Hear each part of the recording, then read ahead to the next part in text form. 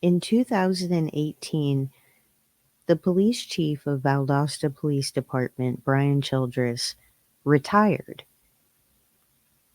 And fast forward to 2021, he published an article in 2021 with the Valdosta Daily Times. He talks about the police department and he says that they're no longer transparent. Here's what the article says. Recently, the Valdosta Daily Times published an article about my former police department titled Valdosta Police Earn Accreditation. Although I am proud the department achieved reaccreditation, I am not happy with how the department is currently being operated. I am also very disappointed in the transparency or lack thereof the department has demonstrated the last 3 years. Examples below make me very sad and angry. In 2020, a video surfaced where an officer of the department body slammed an African American man for no reason.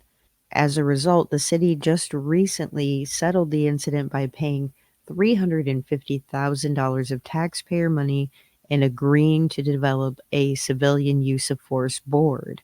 This incident appeared to be covered up and only surfaced because a local attorney initiated a lawsuit against the department and released it to the media.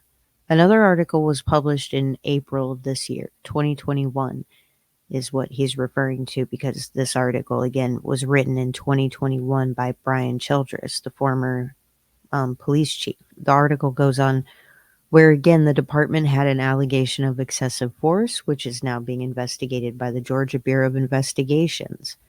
After reading these articles and being contacted by elected officials and several members of the public, I advised them that I had established a police advisory board and quarterly community meetings to discuss use of force and to seek input from the community. These publicly published board and quarterly meetings helped ensure transparency and avoided incidents as referenced above. The board and meetings stopped when I retired as Valdosta police chief in September of 2018.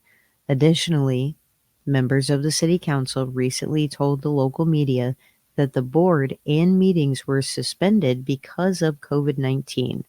However, that fact is not accurate.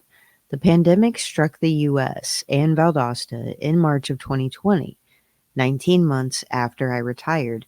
When I confronted a local politician about the fact, it was agreed the statements made by some local elected officials were not exactly accurate.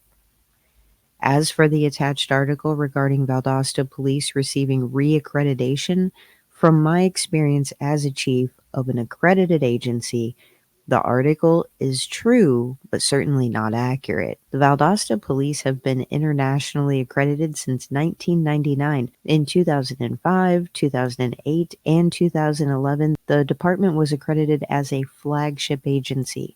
That status was changed in 2012 to accreditation with excellence, which means you cannot have any compliance issues with any standards.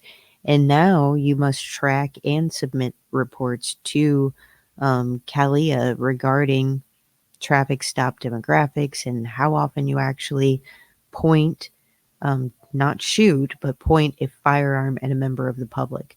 I was contacted by the department last year for advice, and I advised them they must track these two areas, and they certainly have the ability to do so if they want to continue the high standards of the past. To be clear, I am not privy to why they did not obtain the additional distinction, but I can tell you from what I am seeing and hearing, those facts do not help.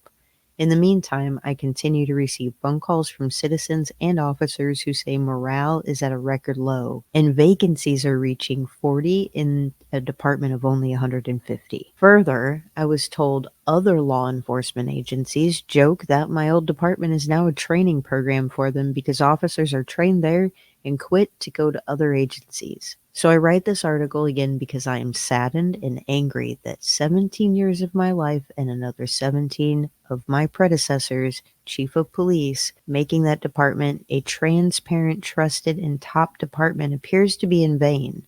Yes, Valdosta Police is no longer transparent. written by Brian Childress, retired chief of police of Valdosta and a member of the Valdosta Daily Times editorial board.